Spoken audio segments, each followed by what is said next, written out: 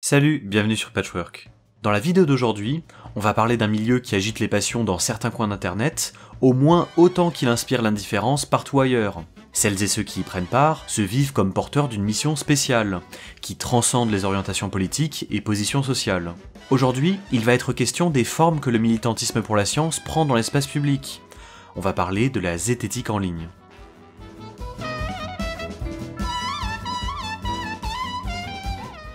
Mais déjà pour commencer, c'est quoi la zététique et pourquoi en ligne? Pour dire les choses simplement, il s'agit d'un courant du rationalisme, mouvement autoproclamé de défense des sciences, qui existe depuis le début du XXe siècle et qu'il ne faut pas confondre avec le courant de pensée philosophique du même nom. Les militants rationalistes se présentent comme porte-parole d'une science qui serait synonyme de bien commun, d'une science qui serait mise au service du progrès avec un grand P. La zététique est l'une des déclinaisons les plus récentes du rationalisme. Elle a émergé dans les années 90 et se distingue notamment par son sujet, le paranormal et la pseudoscience. Telle qu'elle a été popularisée par le physicien Henri Brock, son objectif était de familiariser le grand public aux méthodes expérimentales en y ayant recours dans l'étude des phénomènes paranormaux ou à prétention scientifique.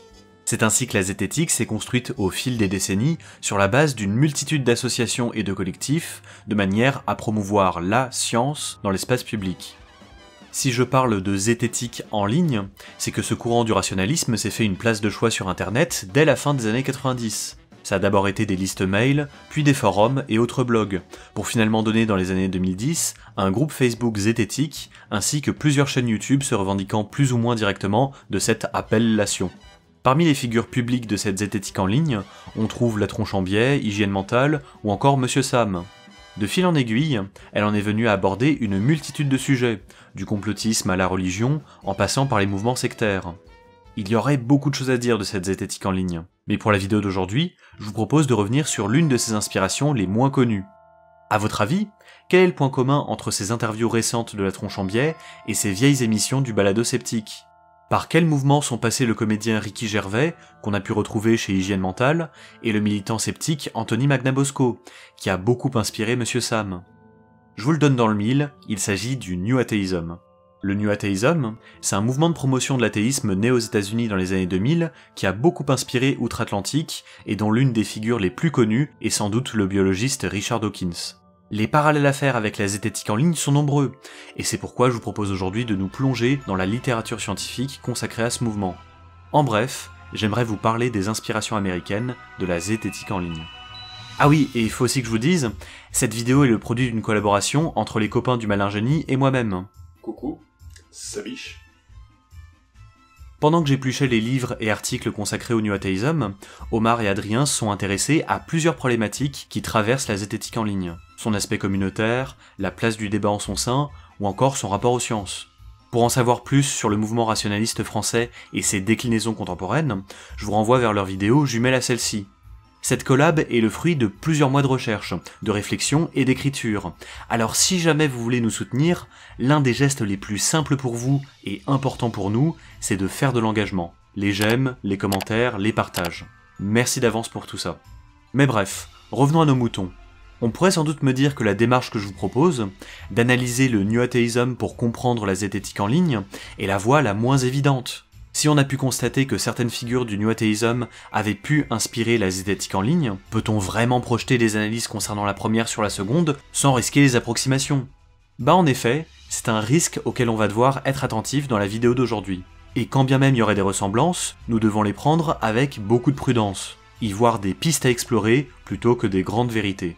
On peut pas non plus faire comme si les inspirations tirées du New Atheism étaient partagées par tous les acteurs de la zététique en ligne, d'autant qu'il y a de nombreuses manières de s'approprier une inspiration, plus ou moins critique.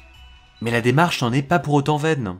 Si la littérature scientifique consacrée au mouvement rationaliste français reste pour le moment assez limitée, on pense par exemple au travail de Sylvain Laurence, les publications qui s'intéressent au New Atheism sont nombreuses, et nous offrent un ensemble d'outils qu'il n'est pas absurde d'appliquer à la zététique en ligne. Au-delà des inspirations qu'a pu susciter le New Atheism, on pourrait voir ces deux mouvements comme le produit d'une même époque, une époque marquée entre autres par les angoisses de la postmodernité. En ce sens, il ne serait pas étonnant de retrouver des tendances similaires dans chacun de ces mouvements sans que leurs acteurs respectifs ne se soient concertés. Autrement dit, on vit dans une société. La première question qui se pose serait de savoir c'est quoi le New Atheism, Et plus important encore, qu'est-ce qu'il a de nouveau? Pour le comprendre, il nous faut revenir aux États-Unis des années 2000. Contrairement à ce qu'avaient pu imaginer certains commentateurs du XXe siècle, l'influence de la religion dans l'espace public n'a pas décliné au fil des années, c'est même l'inverse. On assiste à partir des années 80 à un retour en force de la droite chrétienne américaine, qui se structure au sein du Parti républicain et dont l'influence connaît son apogée sous l'administration de George W. Bush dans les années 2000. On observe à la même époque une très forte défiance dirigée vers les athées, considérés par beaucoup comme étant des Américains à part. Ce chiffre est incroyable, et si vous me croyez pas, vous trouverez la source en description, mais on compte en 2003 48% d'Américains se déclarant défavorables à l'idée que l'un de leurs enfants se marie avec une personne athée. Ça a de quoi étonner, mais plusieurs études appuient cette idée selon laquelle les athées auraient subi une forme de marginalisation dans les États-Unis des années 2000.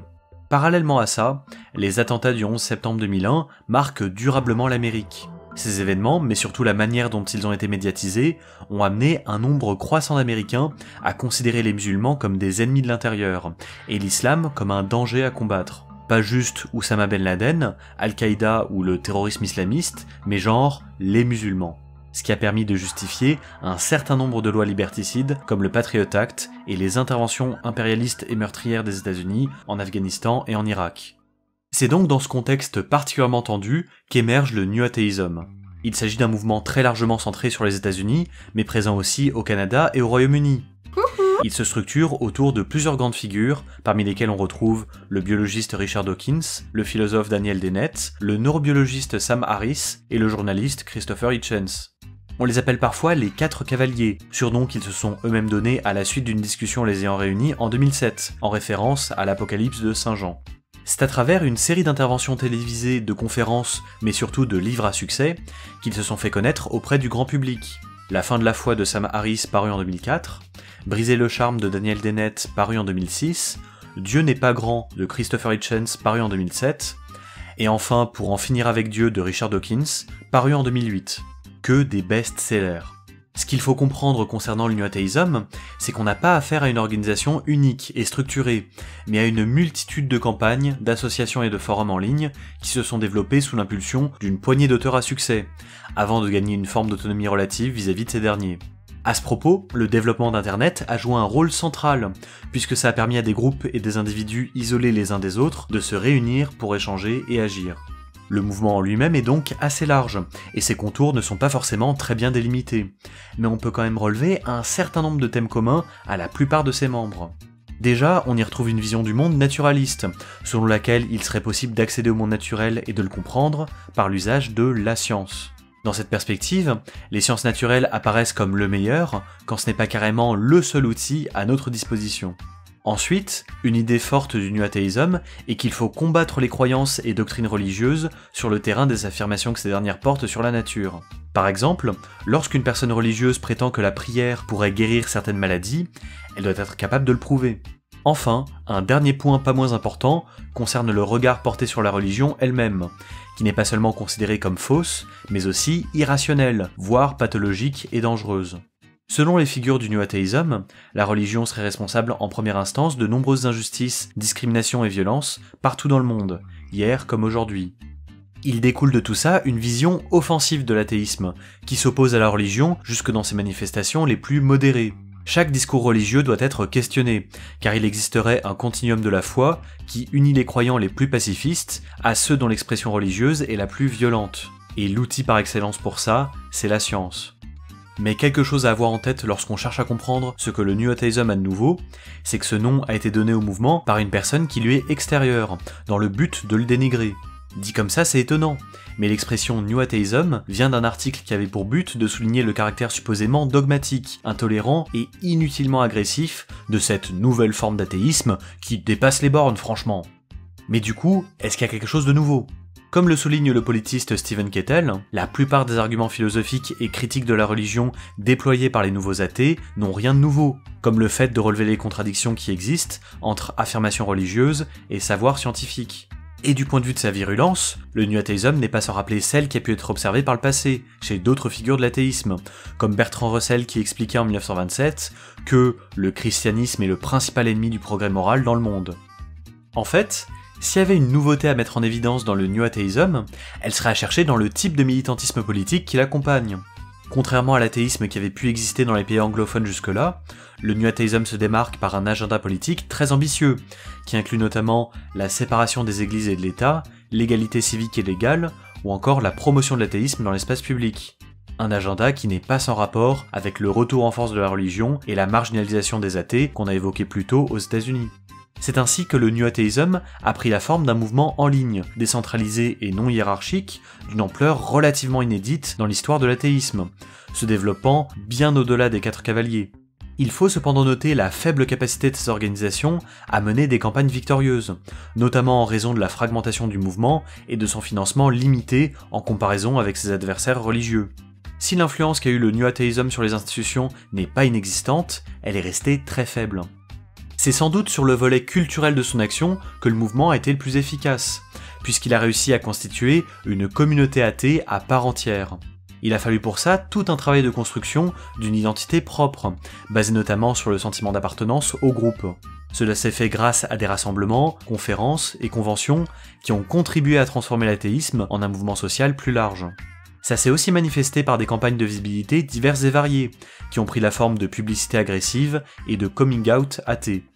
La récupération du label New Atheism, qui visait d'abord à dénigrer le mouvement, n'est pas non plus anodine, car elle a permis de rassembler une multitude de personnes très différentes dans une même posture défensive. En ce sens, le New Atheism s'inscrit dans ce qu'on appelle les Identity Politics, une stratégie politique déployée par certains mouvements sociaux à partir des années 70, dont le but était d'occuper le terrain culturel en valorisant une identité qui était jusque-là dévalorisée, voire stigmatisée. On pense par exemple au mouvement du Black Power ou au mouvement de libération homosexuel.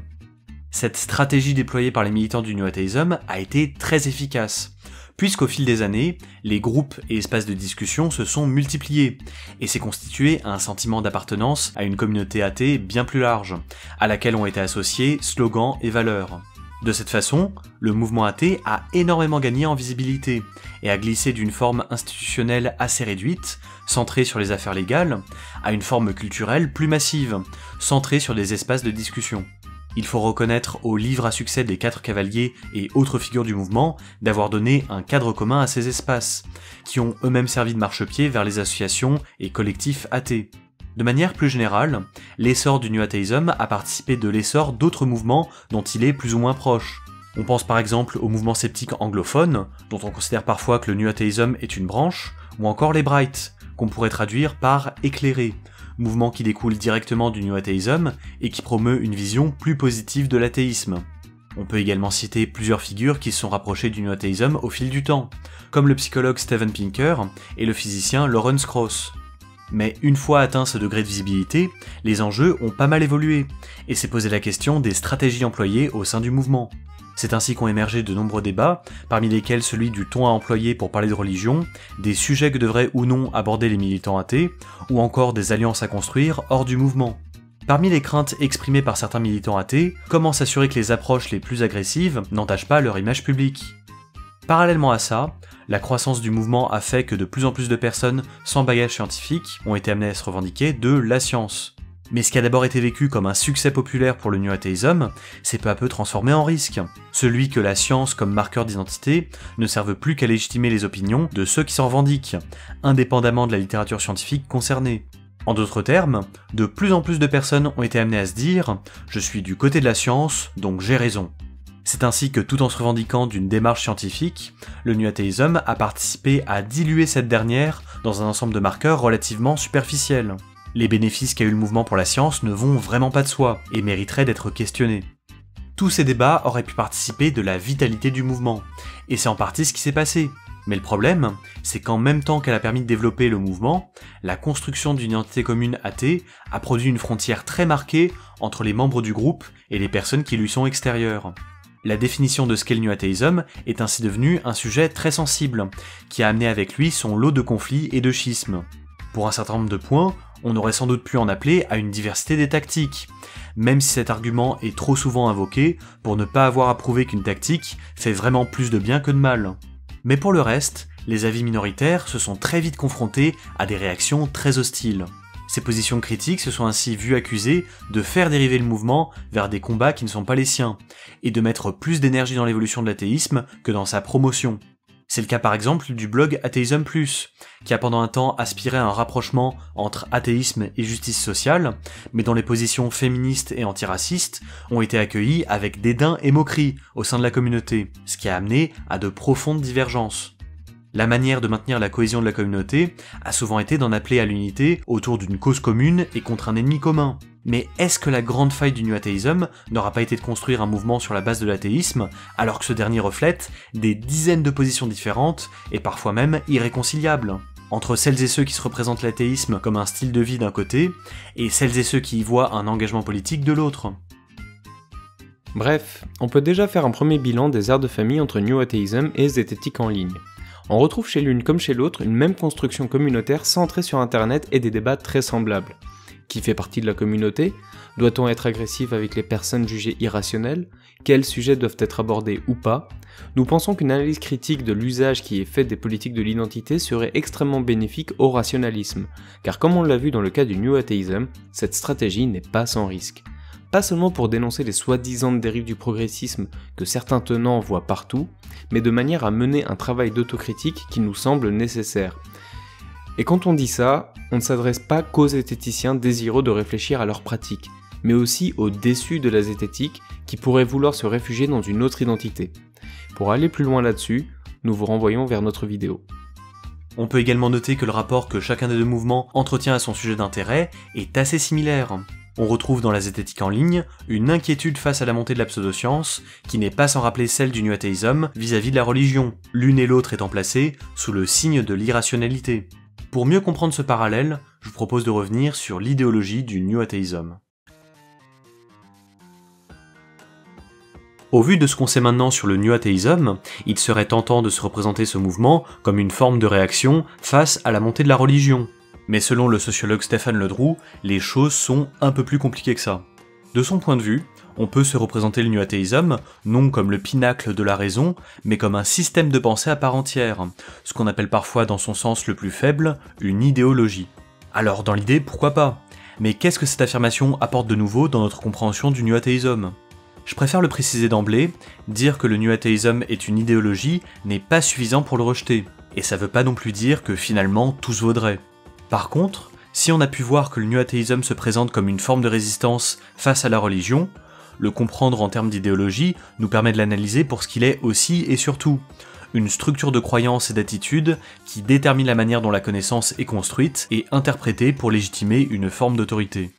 La forme d'autorité dont il est question ici, c'est la science. Et on peut même aller plus loin en affirmant que le New Atheism promeut un système de pensée dont vous avez peut-être déjà entendu parler. Il s'agit du scientisme. Dans son livre L'évolution du New Atheism, Stéphane Ledroux opère une synthèse de plusieurs définitions du scientisme sous la forme de 3 propositions. D'abord, le scientisme affirme que la science serait la seule forme légitime de connaissance, voire même de réalité. Tout ce qui sort de son périmètre doit être considéré comme hors sol et à rejeter. Ensuite, le scientisme affirme que le domaine de pertinence des sciences naturelles comprendrait le comportement, les institutions et valeurs humaines. Il serait possible de transposer telles quelles les théories et méthodes développées en sciences naturelles à ces domaines que l'on étudie généralement dans le cadre des sciences humaines et sociales. Enfin, le scientisme affirme que les théories et méthodes des sciences naturelles ne seraient pas seulement une manière, mais la manière d'étudier la société et la culture, en raison d'une prééminence supposée du biologique sur le social. Ces 3 propositions capturent assez bien la position scientiste que l'on retrouve au sein du New Atheism. Plus précisément, le scientisme défendu par ses membres tend à réduire l'étude de l'activité humaine à ses interprétations darwiniennes. En gros, on pourrait expliquer la majorité de nos comportements et croyances à l'aide de la théorie de l'évolution, et à cette base s'ajouterait simplement un vernis social et culturel. On trouve chez Richard Dawkins et Daniel Dennett l'idée selon laquelle la religion serait un pur produit évolutionnaire, un moyen pratique pour le cerveau humain d'expliquer les événements qui lui échappent. C'est un argument que l'on retrouve aussi chez Sam Harris, qui lui permet de réduire la complexité du sujet à un simple mécanisme cognitif, laissant de côté toute considération sociale ou culturelle. C'est quand même assez paradoxal de se poser comme grand défenseur de la science et de ne pas consulter la littérature scientifique qui étudie la religion alors qu'on y consacre plusieurs livres. Et lorsque les nouveaux athées vont chercher des arguments anti-religieux dans l'histoire, la science politique ou encore la philosophie, il s'agit le plus souvent de manipulations grossières et proches de la pseudo-science. C'est ainsi que parmi les critiques portées contre les auteurs du New Atheism, on trouve leur interprétation littéraliste des textes religieux, c'est-à-dire qu'ils abordent ces textes comme s'il n'y avait aucune place pour l'interprétation, comme s'il fallait les comprendre dans leur sens le plus littéral et absolu. Cela les amène ironiquement à adopter une approche similaire à celle de leurs opposants fondamentalistes. Enfin bon, je m'étendrai pas plus sur les différentes manières dont le New Atheism échoue à prendre au sérieux sa cible, car ça mériterait une vidéo à part entière. Pour en savoir plus à ce niveau-là, je vous renvoie vers plusieurs ouvrages et articles dont vous trouverez les références en description. Mais ce sur quoi j'aimerais insister, c'est que cette manière de considérer la religion n'est pas anodine, et il faut la comprendre pour ce qu'elle est, une attaque en règle contre les sciences humaines et sociales. En même temps qu'ils promeuvent la science face à la religion, les auteurs du New Atheism éliminent délibérément les explications sociales et culturelles de leur analyse du phénomène religieux, pour lui préférer les explications issues de la tristement célèbre psychologie évolutionniste. Et par tristement célèbre, je veux dire que cette discipline produit beaucoup de merde. On pense par exemple à cette étude très sérieuse publiée dans le journal Personality and Individual Differences, qui nous explique que le sexe oral serait une manière pour les hommes de détecter l'infidélité de leur compagne. Oui, je suis sérieux, il y a une étude qui s'est posé cette question. Et évidemment, c'est éclaté au sol. Ce journal en particulier a donné pas mal de visibilité académique à la psychologie évolutionniste, et ça a souvent été pour le pire. Pour une critique un peu plus élaborée de cette discipline, je vous renvoie vers les ressources en description. Pour revenir au New Atheism, on a pu voir Richard Dawkins décréter que le SHS n'était capable d'apporter qu'une explication approximative du phénomène religieux, là où le darwinisme serait selon lui à même de produire une explication ultime. C'est sur le même ton qu'il regrettait dans son livre Le gène égoïste que la philosophie et les humanités soient encore enseignées à l'université comme si Darwin n'avait jamais vécu, ce qui suppose que ces dernières ne prendraient pas assez au sérieux la théorie de l'évolution dans l'étude de la société. Cette critique des SHS se retrouve aussi dans le travail de Daniel Dennett, qui défend l'idée selon laquelle la biologie serait la seule à même de fournir une explication finale à nos comportements, dans celui de Steven Pinker, qui accuse les SHS d'ignorer la nature humaine, mais également dans le soutien apporté par Richard Dawkins à Alan Sokal, un auteur que l'on invoque souvent quand il est question de discréditer les SHS. À ce propos, vous retrouverez plusieurs ressources en description, dont la vidéo de Langue de chat consacrée à l'affaire Sokal.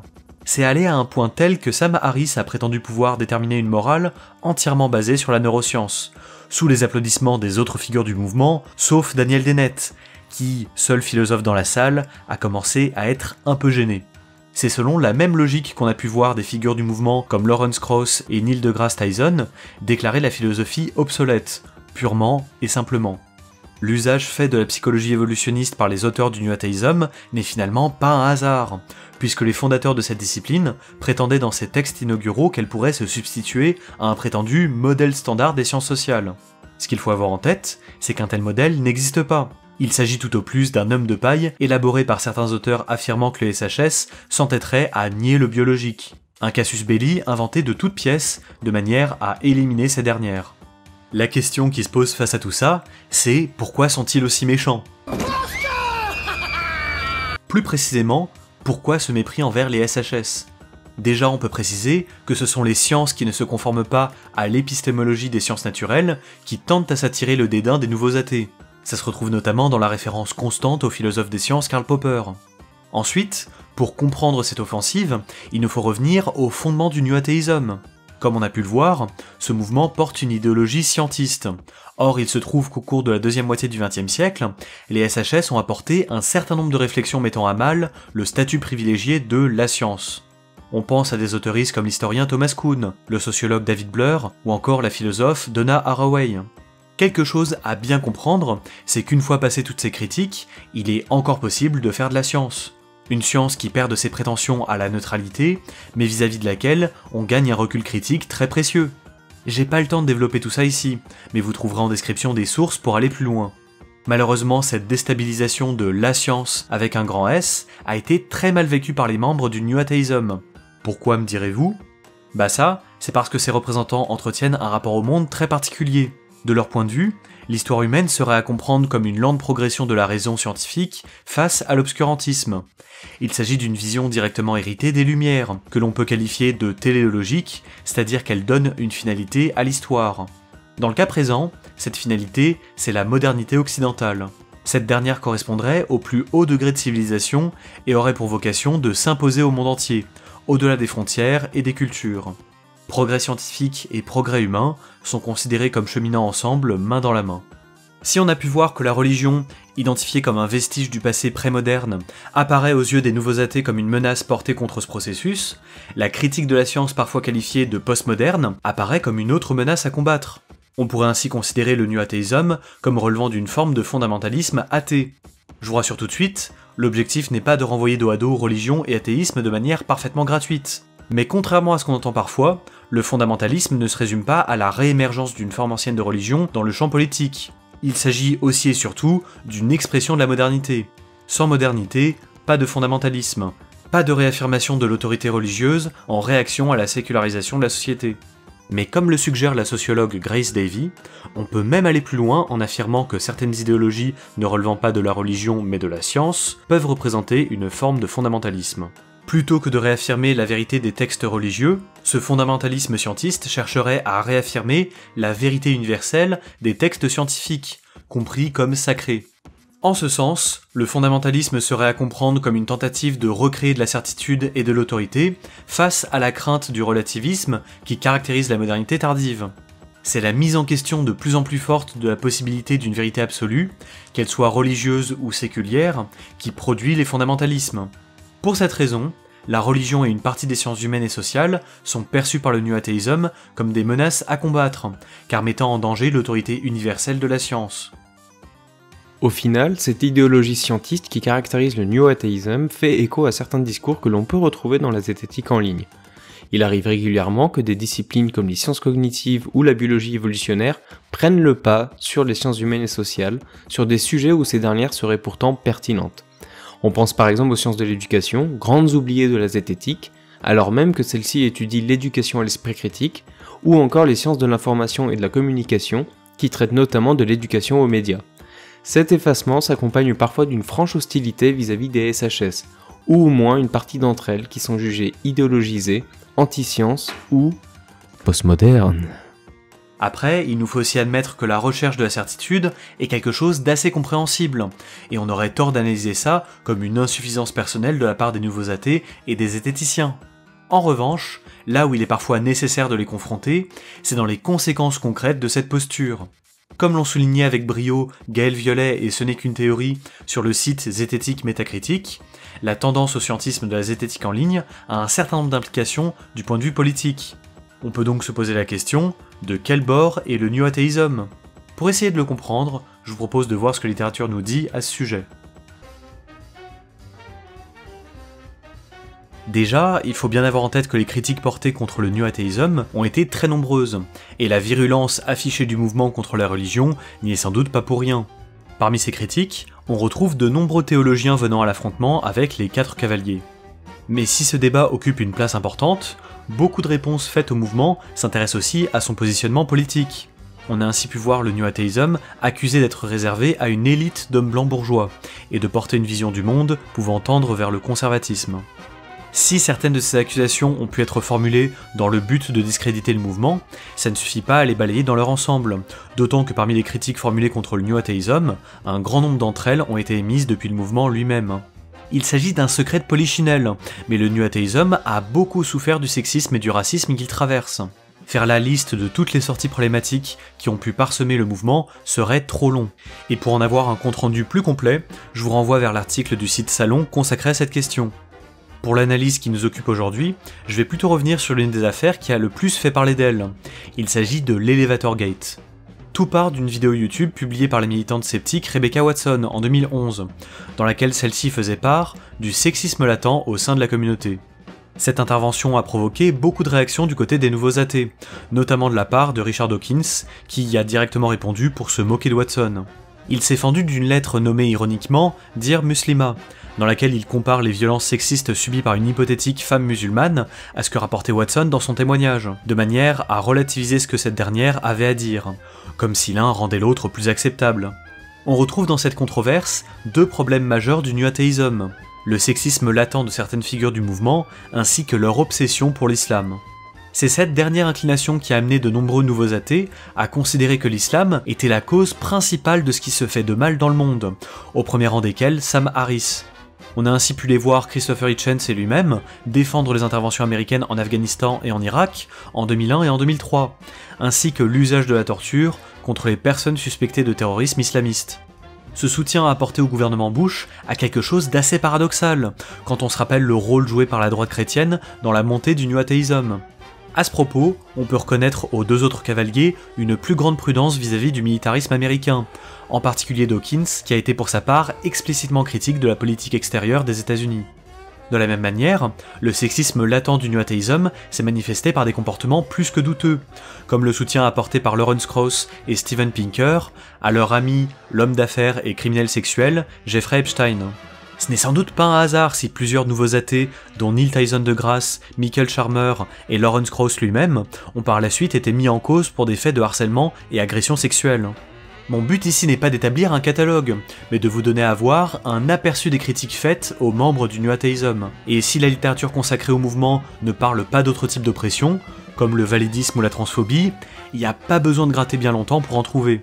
Pour autant, est-ce à dire que le New Atheism serait fondamentalement conservateur, voire réactionnaire ? On peut déjà relever le fait que les oppressions ne s'arrêtent pas à la déclaration d'intention d'un mouvement, et qu'il suffit généralement qu'un espace soit majoritairement occupé par des hommes et des personnes blanches pour qu'on y trouve du sexisme et du racisme. Mais est-ce que dans le cas du New Atheism, il n'y aurait pas de lien de causalité entre le positionnement politique du mouvement et les comportements qu'on vient d'aborder ? Comme l'explique le politiste Marcus Schultz, on aurait tort d'accuser le New Atheism d'être fondamentalement conservateur. Et s'il y avait une sensibilité politique à dégager du mouvement, elle serait probablement libérale. Le libéralisme, c'est une idéologie politique qu'on fait souvent remonter au siècle des Lumières, et qui s'est depuis déclinée en une multitude de branches.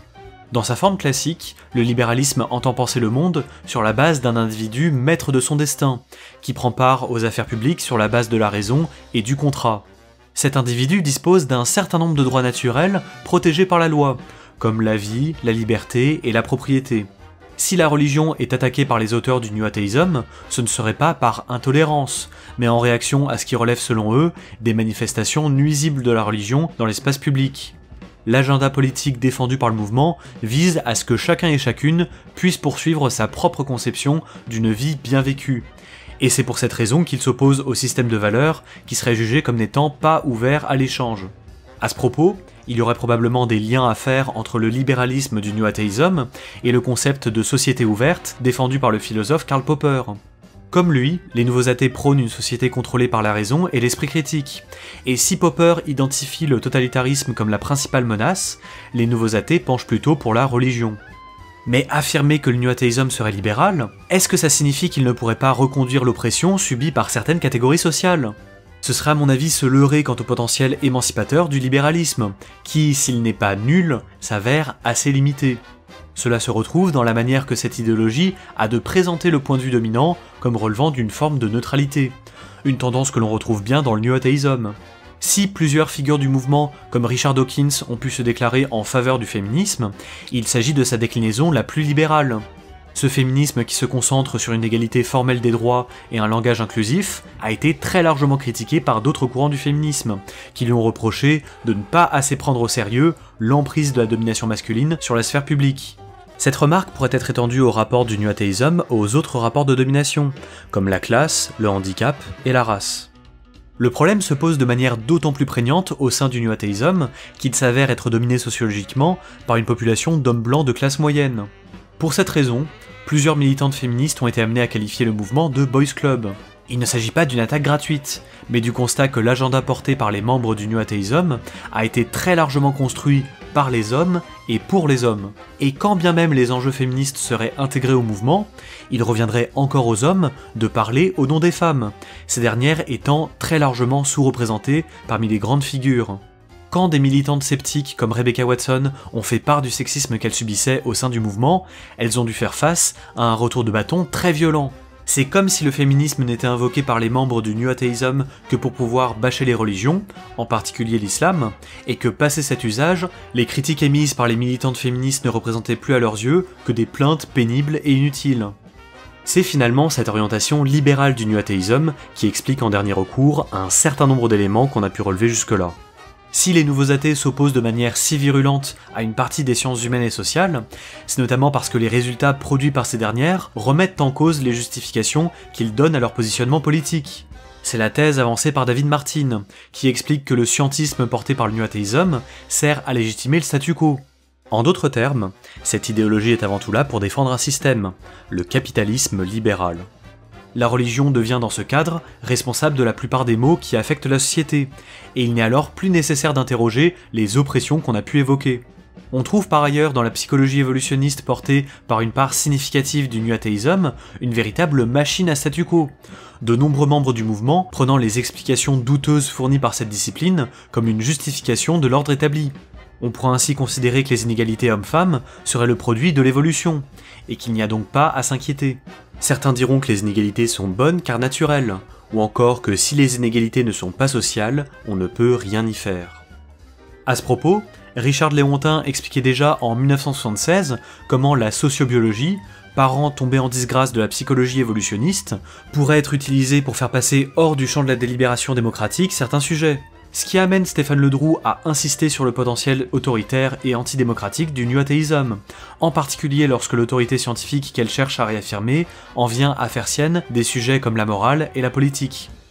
Cet environnement intellectuel était particulièrement propice à une dérive réactionnaire, et c'est ainsi qu'on a pu voir au cours des années 2010 plusieurs youtubeurs anglophones proches du New Atheism consacrer beaucoup de temps et d'énergie à débunker les social justice warriors. Certaines figures du mouvement comme Steven Pinker et Sam Harris ont quant à elles acté leur engagement contre les dérives du progressisme en intégrant l'intellectual dark web, regroupement médiatique d'auteurs réactionnaires.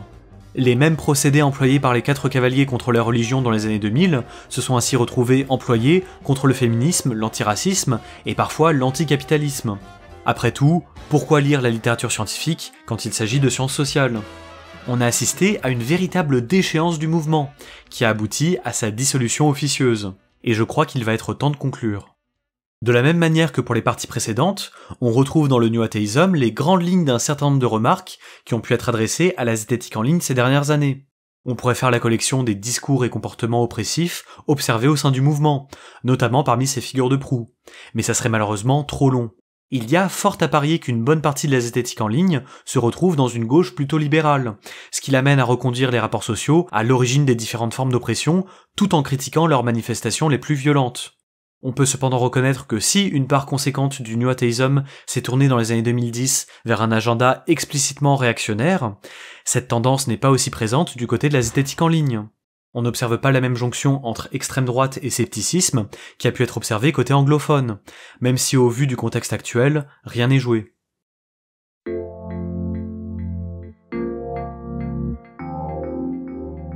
Au final, cette réflexion nous a permis de mieux appréhender le New Atheism. Chaque partie a apporté ses précisions et nous a permis de comprendre les implications sociales et politiques du mouvement. Si j'ai fait le choix de découper le sujet comme je l'ai fait, il faut bien comprendre que les différents aspects du New Atheism n'existent pas indépendamment les uns des autres, de telle sorte que son libéralisme alimente son scientisme, qui alimente son identité, et ainsi de suite. De nombreux parallèles sont à faire entre ce qui est analysé dans ce mouvement et ce que l'on retrouve dans la zététique en ligne. On pourra y trouver des clés de compréhension, mais aussi et surtout une invitation à aller plus loin. Certaines critiques faites à la zététique en ligne ces dernières années auront sans doute permis que le mouvement ne prenne pas le même tournant réactionnaire que le New Atheism a pu prendre. Il est même possible que la pression exercée par certains groupes et collectifs comme Efficience, le Comité Para, Zététique Métacritique, Skepticon ou encore Zététique, Scepticisme et Féminisme ait permis de tempérer le scientisme qu'on retrouve dans la zététique en ligne. Mais il y a aussi fort à parier que ce soit lié à une appropriation critique du New Atheism par certaines figures, comme Jérémy Royot, Thomas Sédurant et Christophe Michel, qui ont directement assisté à la déchéance des 4 cavaliers dans les années 2010. On peut cependant s'inquiéter que cette appropriation ne soit qu'une façade, visant à se jouer de la critique. C'est ainsi que certains reproches faits à la zététique en ligne sont parfois vidés de leur substance et mobilisés de manière purement tactique. On pense par exemple à la manière dont les accusations de validisme portées contre la tronche en biais se sont vues désamorcées sous prétexte que l'un de ses membres est lui-même affecté par le handicap. Et lorsque cette tactique a été qualifiée pour ce qu'elle est, du tokenisme, les protestations n'en ont été que plus fortes. De manière plus insidieuse encore, il se pourrait que les grandes figures de la zététique en ligne s'approprient le travail militant déployé par les collectifs et groupes qui s'emploient depuis des années à faire changer la zététique en ligne, sans que cela s'accompagne d'une forme de reconnaissance. Finalement, si le virage réactionnaire observé côté anglophone ne s'est pas vu côté francophone, ça ne veut pas dire que le pire a été évité. Plusieurs figures du mouvement alimentent depuis plusieurs années le même type de discours qui ont débouché sur la croisade réactionnaire du New Atheism. Bien que contrariée, la critique des dérives du progressisme se fait de manière plus ou moins discrète, que ce soit à travers des articles de blog et des vidéos coup de gueule qu'on finit par regretter, certaines moins que d'autres. Plus grave encore, on a récemment pu voir le Média pour tous, ex-média soralien, se convertir à une forme de rationalisme d'extrême droite. Si certains y voient une forme d'amélioration, il y a fort à parier que l'indigence politique de la zététique en ligne lui prépare le terrain malgré toutes ses bonnes intentions, à force de cultiver un public sensible à une esthétique scientifique. Bref, je pense pas avoir fait le tour de ce qu'il y aurait eu à dire, mais voilà un aperçu de ce qu'on peut tirer de la littérature scientifique consacrée au New Atheism. Pour aller plus loin sur les esthétiques en ligne, je vous renvoie vers les vidéos du Malin Génie jumelles à celle-ci. Vous verrez, c'est très bien. Si vous avez apprécié cette vidéo, n'hésitez pas à la partager et à me soutenir sur Utip pour m'aider à financer ce projet.